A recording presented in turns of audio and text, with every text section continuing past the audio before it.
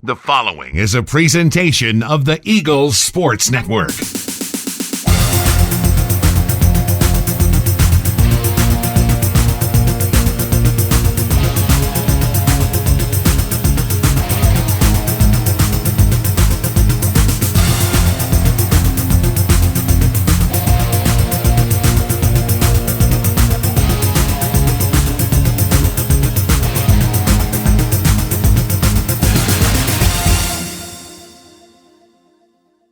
Hello and welcome into Week 4 of the Mike Clowney Show. I'm the voice of the Eagles, Adam Cavalier, alongside Carson Newman, head football coach Mike Clowney, as we recap a 31-17 loss for Carson Newman on the road at the Barton Bulldogs.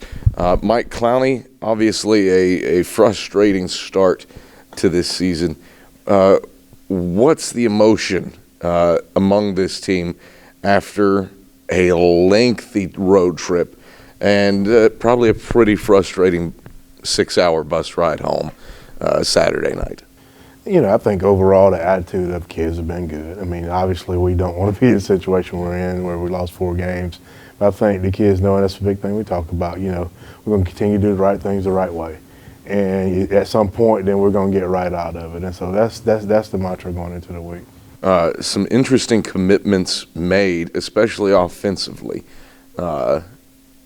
this week. One, the commitment to LaMarcus Brown at quarterback, the freshman, goes the distance. And 2, a move away from veer option, almost more of a single wing look at times, and unquestionably had your best drive of the season in terms of plays, time consumed, and yardage against the Bulldogs, and move the ball consistently for outside of the first quarter for 3 quarters. Break down the changes offensively to put this team in a little bit better position. You know, I think the first thing for us was, you know, knowing that, you know, we're probably going to go into the game with LaMarcus at quarterback. Want to be able to do some things to kind of help him out a little bit, to kind of take a little bit of pressure off of him as far as having to make so many decisions to where you've got to read every run, you got to read every pass. And so we want to kind of give him some things to kind of, you know, allow him to be able to play a little bit more, put a little bit more pressure on our running backs in our offensive line.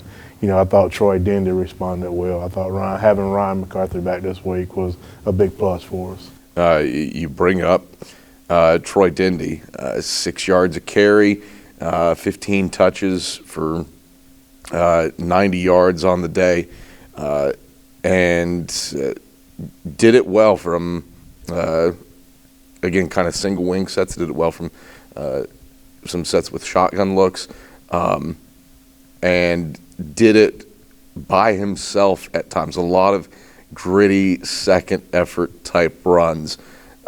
Almost, again, you know, when Carson Newman football's run split back veer option football for 40 years, it's kind of an odd thing to see in that regard, but had some lengthy push runs kind of by himself. What gave you the sense that, hey, make this change so that he can be successful in this way? You know, you can kind of see a little bit of it the week before, you know, to where, you know, Troy was starting to kind of establish himself, and he wanted to kind of, you could just see the extra effort a lot of times from him on some of the runs that he had. And, you know, he's our top rusher coming back, and so we feel like it's time for him to kind of step up and answer the call a little bit. A contest where you bring up Ryan McCarthy, he gets involved on some interesting concepts, almost from that slot back, that wing back look, and running some screen passes. Probably some of them should have counted as backwards passes and rushes out of the backfield to set the edge. Again, some really interesting concept stuff that you utilized offensively this game. You know, that's really using like Ryan's skill set. You know, that's one of the things that he does well. He kind of play in the backfield. He can move around outside, you know, at a wing or a slot and still perform. So, you know, kind of taking advantage of what he can do there too. All right, Carson Newman falls on the road to the Barton Bulldogs, 31-17. We'll break down the first half when we get back after this on the Mike Clowney Show.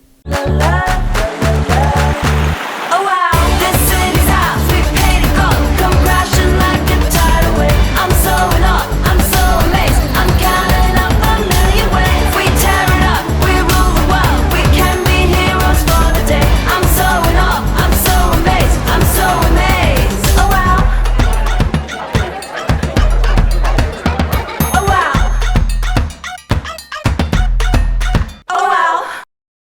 Back on the Mike Clowney Show as Carson Newman falls on the road to the Barton Bulldogs, 31-17. Adam Cavalier alongside Carson Newman head football coach Mike Clowney. Mike, a first half where your team had to face a little bit of adversity coming into the game. You're down 4 defensive starters, 2 up front in Justin Triplett and Rod-Shawn Williams, 2 in the back in Kendall Williams and Jalen Anderson, and showed a little bit early. Your defense gives up 2 big plays. Barton jumps out to a 14-0 lead on a 61 Jaquan Lynch zone read option keeper, and then had the Bulldogs backed up on a 3rd and 11 play, and a couple missed tackles on an out route, and Cam Johnson takes a pass 80 yards to the house. How much was your team missing those 4 defensive starters there early? I think it's obvious where you can kind of see we put guys in, and it's that story where you talk about giving up 14 early. That was something that really kind of happened late in the week. So we put guys on the field and they prepared a little bit, but not to the extent that you would have prepared them had you known going to this game that they were going to play. But so it did affect us some. But I thought Austin Greer came in and did a good job for us. Yeah, first career pick for Austin Greer on a ball popped into the air, and really a game-saving interception. You fumbled away the previous possession, and he set you up with 1st and 10 from the 20, and he put together unquestionably the best offensive drive of the season. 11 plays, 80 yards, 5 minutes off the clock, convert on 3 third downs, and consistently move the ball. That was the drive that you said, yes, all right, well, finally, we've gotten this thing and we've moved it and put a complete drive together and topped it off with a touchdown. And so that was good to see. The changes that you made as the game went on defensively could have gotten out of hand quickly after the 2 lengthy plays, but really, for the most part, bottled up Barton. 141 of their 370 yards comes on those 2 first quarter plays. What changes did you make to ensure that that's not happening the rest of the game? We made a change in personnel, to kind of give us a little bit different look there.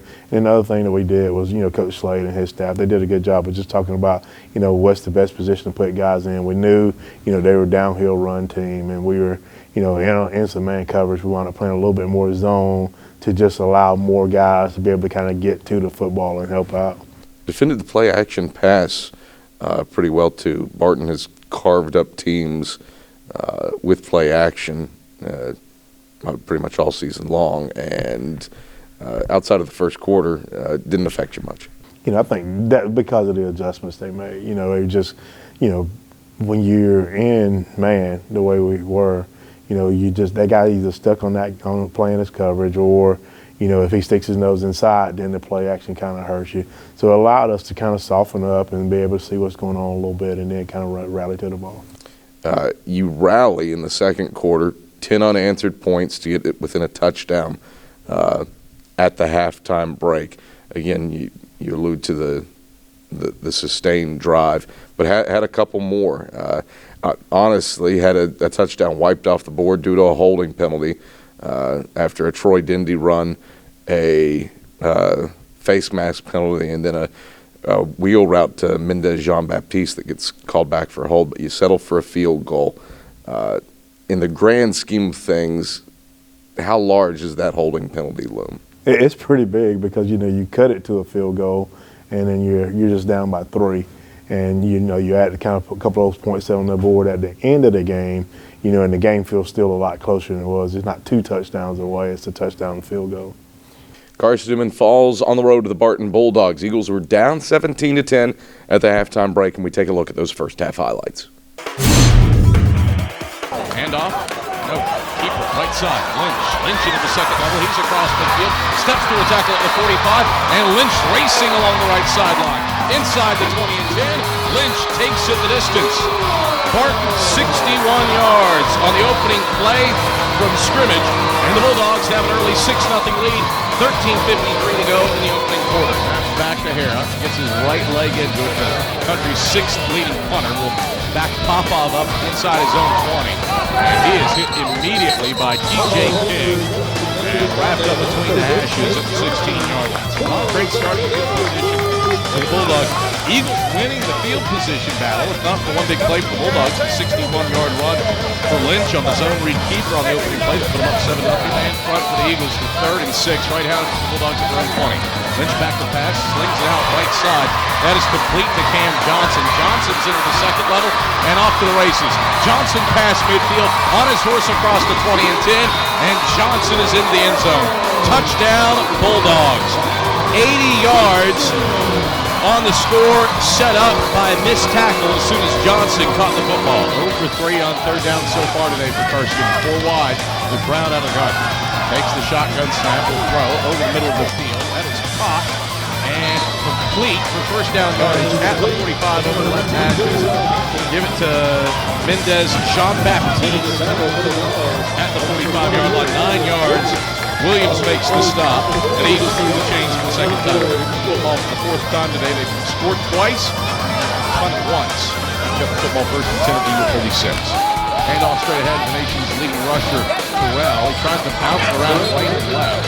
He won't fool the All-American Londro Peebles, who latches on his waist, and Alligator Death rolls to the surface. No gain at the 36. 36, a set for Lynch under center. Takes the snap, play fake. Sprints out to the right. Lynch slings it off of Johnson's hands, sleeping up, picking it up. An interception for the Eagles. Austin Greer with his first career pick.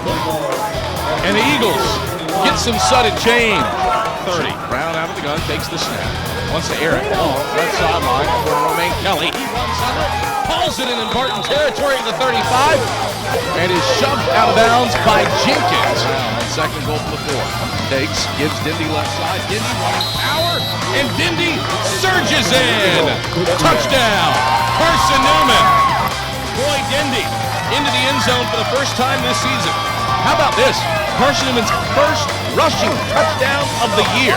And the Eagles trail 14-6 with 11:17 to play in the 2nd quarter. This is 3rd and 3 for the Bulldogs.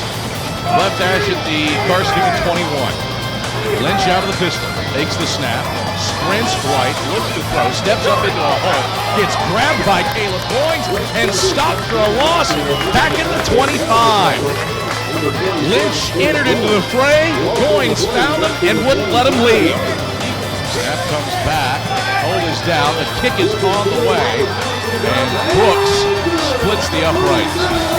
Snap is back, Hyatt's hold is down. Irwin's kick is a line drive knuckleballer, and he buries it straight through the uprights. Irwin, pure from 45, his longest kick of the year. Lynch in the gun, Terrell to his left, 4 wide, 2 each way.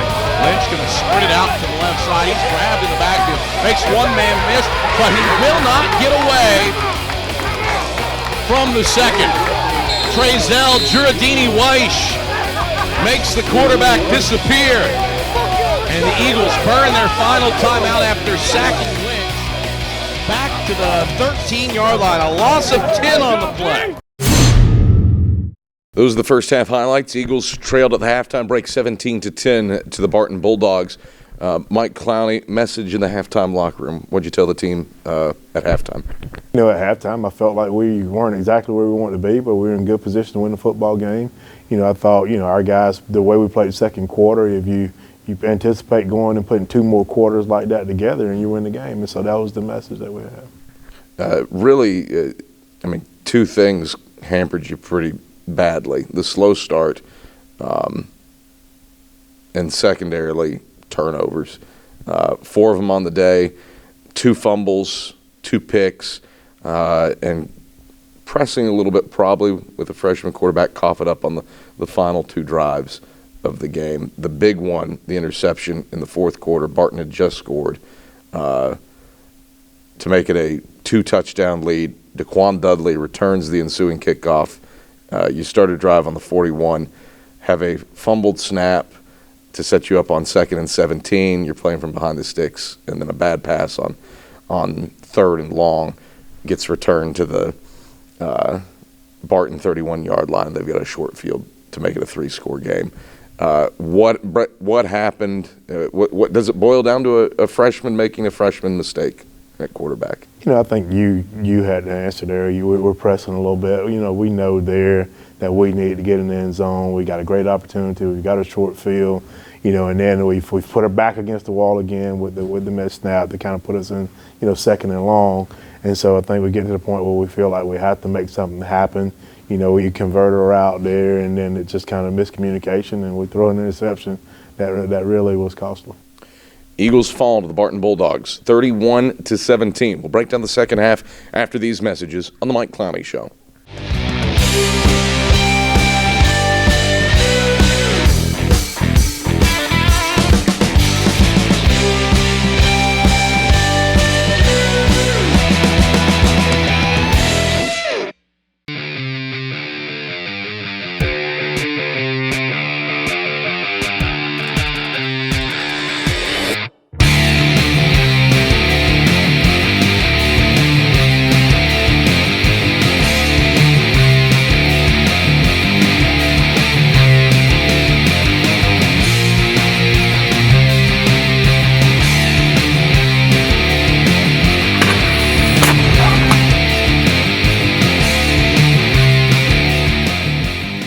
Back on the Mike Clowney Show as Carson Newman drops a road game to the Barton Bulldogs, the second in a 3-game road stand, 31-17. I'm Adam Cavalier alongside Carson Newman head football coach Mike Clowney here on the Mike Clowney Show. Mike, a second half that you probably knew it was going to be a lower possession type game because of the way Barton plays, but you only touched the football really twice in the third quarter because of lengthy time of possession drives. How much of a time crunch did you feel trying to make the comeback in the second half? Once they did hold on to the football and you're down, you do have that little bit. You got to have a little bit better sense of urgency. You have to find out how to be urgent without panicking. The defense has to go up against the country's number one leading rusher in Jordan Terrell. Came in with 770 yards, 4 straight 100-yard games, and a couple of 200-yard games under his belt. Got past the century mark against you, but needed 39 carries to do so, and you hold him to a season low 4.3 yards per rush. What did you do to make their power running game inefficient? I think for the most part, our guys up front, we talk about missing 2 guys. Well, the guys that filled in did a really good job. We talked about Jakari Davis and Jordan Wilson. You got A.J. Hunter in there, all kind of new names to the program. Justice continued to kind of be a steady Eddie. Wyclef Trezell. And then Jakari, like all those guys up front did a really good job of kind of pressing it up front to give the guys that we've talked about consistently over the season a chance to make plays, which is Rondro and Lonzo. And then it was good to have D.D. back this week. The thing, too, you got push. Barton came in number 12 in the country in fewest tackles for loss allowed. They only gave up shade over 3 on the year. And you more than doubled that, had 8 on that game. Just how impressive is that push? Brandon T. Awesome had half of that tackle for loss total, given that you were playing so many youthful, inexperienced players. And that's where that's where we challenge him to kind of, being a little bit more of a leader. He's an older guy, kind of transferred in, and so it was good to see him kind of be a part of that. That's the first thing opposing coaches say is like, man, that kid's really big, when they see Brandon. But Brandon's a good kid, and we're really, pushing him to continue to grow. Yeah, probably something that can't be understated about Barton, too. One, quality head coach in Chip Hester. He's got that program trending in the right direction. But even though the roster says freshman, that is a team that is really, in actuality, because of how it has been built, is made up of juniors. And probably showed in terms of their experience at times. That's one thing that Chip was trying to encourage me after the game. We bumped into each other again after we left the field. That was one thing he said, Coach, I know what it says on paper, but we're not really playing with freshmen. And Chip, he's always been super encouraging because he's so grateful of Coach Sparks when he was at Catawba.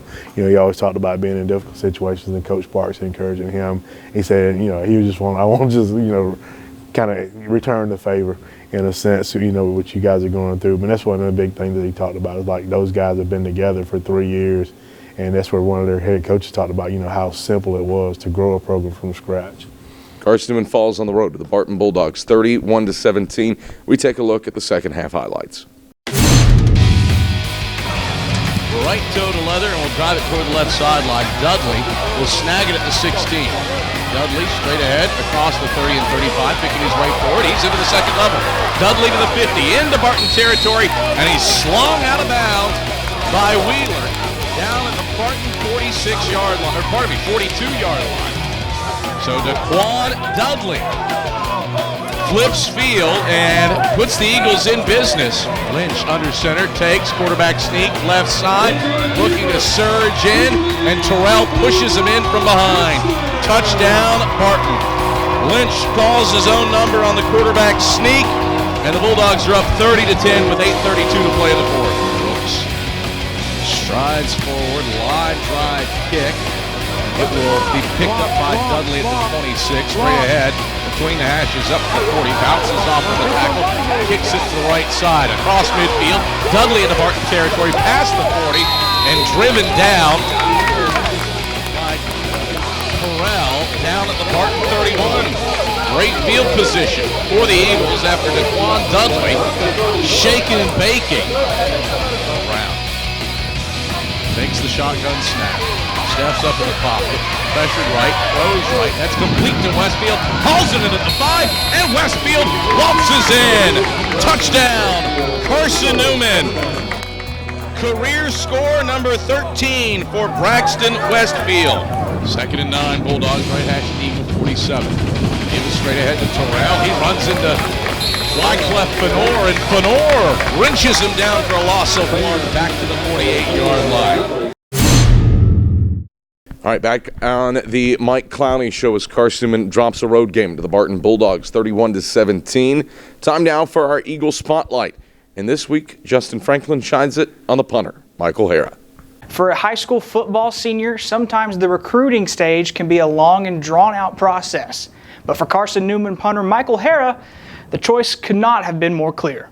It's honestly, I'd call it nothing short of a miracle. It was like the last day before signing day, and we get a call from, like a text from Goss saying, hey, I'd like you to come up. And it's like the day before he wants me to come up, so it's really short notice. And we were kind of like praying about not knowing where to go, and just a lot of confusion because we were getting a couple looks, but nothing like serious. Just basically asking God to give us a sign, and like that short of notice doesn't really happen that often to get a preferred walk-on, so that was really cool. And so we just felt like this was the place to be.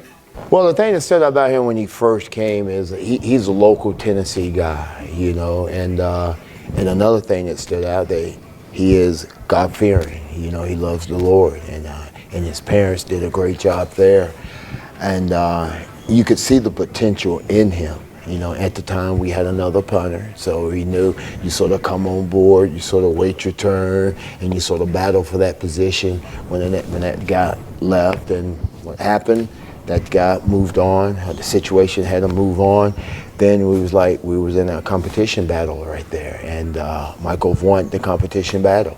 For his first 2 years at Mossy Creek, Michael didn't see the field very much, but when his number was called in 2021, he was more than ready. There's a lot of things that Michael can attribute his success to, but his faith and his family are at the top of that list. That the Eagles forced to punt. Hara on the punt, gets his right toe into it, and sends Swain. Oh my goodness, they've been everything to me. Especially my dad. He's been my biggest supporter this whole time. He's helped me with everything, camps, just always supporting me, and just having a good, godly father to help support me in my Christian walk as well. It's been absolutely awesome. It's hard to explain. No, I would definitely say this. Michael have great parents, and they are behind him 100%, but they know what's important, and his mom and dad know, and the university here, we know God is important to us, and Michael's is on that path. All the glory goes to God with that. He's given me this ability to go out there and perform to the best of my ability. The Carson Newman specialists are a tight group of people, and Coach Goss thinks that there's no better example of Mike Clowney's message of one. I think we have a good relationship. You know, I feel like if something's up, I can tell them, any of the kids, exactly how I feel. They can come in my office and tell me exactly how they feel. Some days are good days, some days are bad days. You know, that's just normal in life.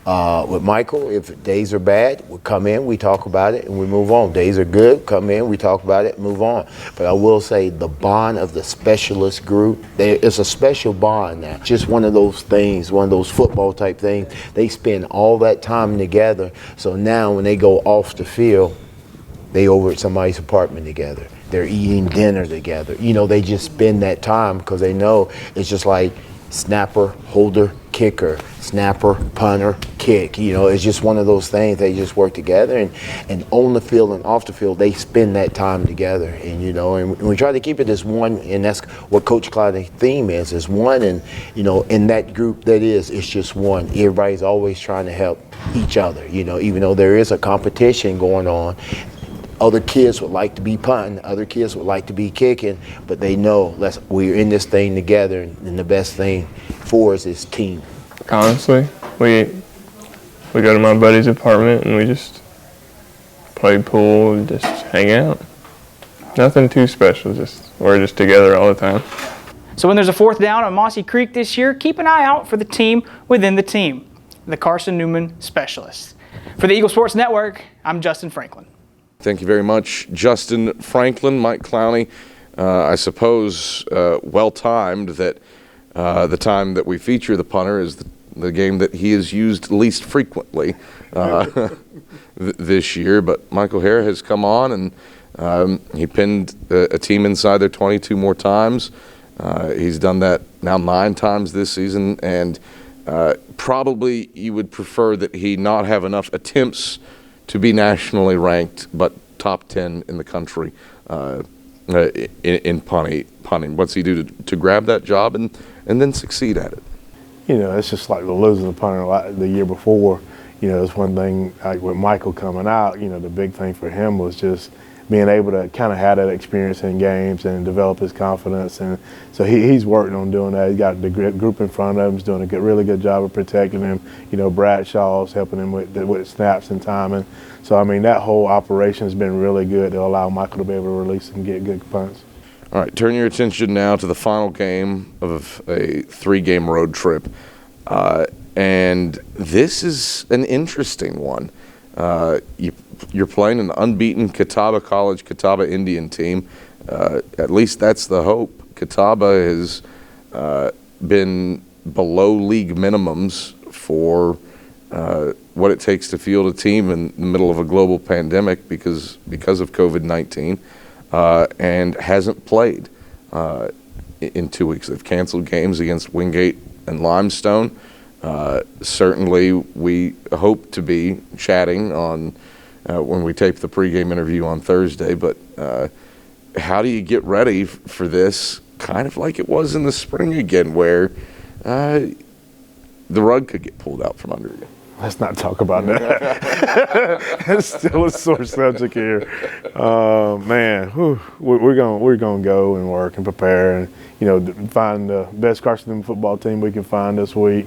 You know, and I'm confident we'll be able to play this week. And now, are you and Curtis Walker going to suit up at linebacker? A couple of sack Hall of Famers on both sidelines.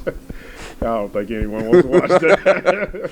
You probably make one play and then. That's what I told a buddy of mine before the game. He's like, "Could you play right now?" I said, "I get in for one play. I hope to make the tackle and try to get everybody else fired up." So while I run off the field.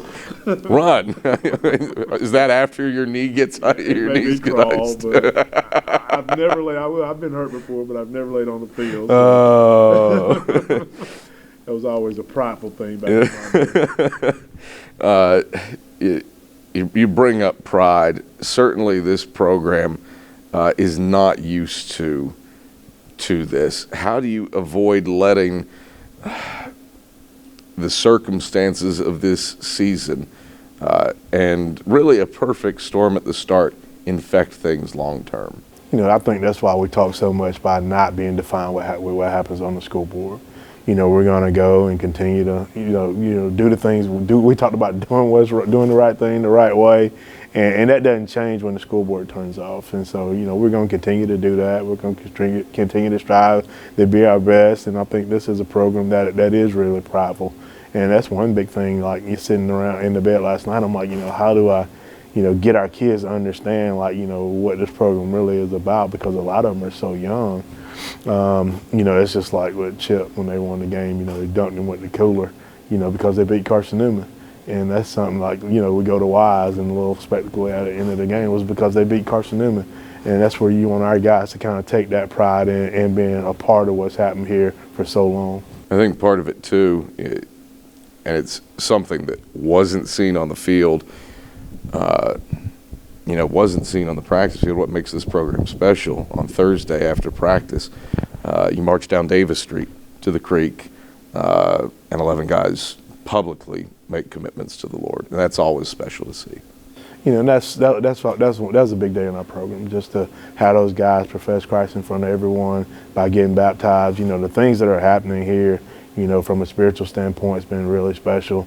There are probably twice that make commitments, earlier in the summer. For whatever reason, some of the other guys, they want to, be baptized at home and have their family around. And so, but there are other guys that, wanted to get here. There's one, Jack Flynn, actually was a guy that, made a commitment last year during the pandemic, and we didn't do the baptism. And so when we brought it up, man, he jumped up immediately, and it was just exciting to see. His comment was like, "Coach, he said I didn't get to do it last year. I was hoping we could do it this year."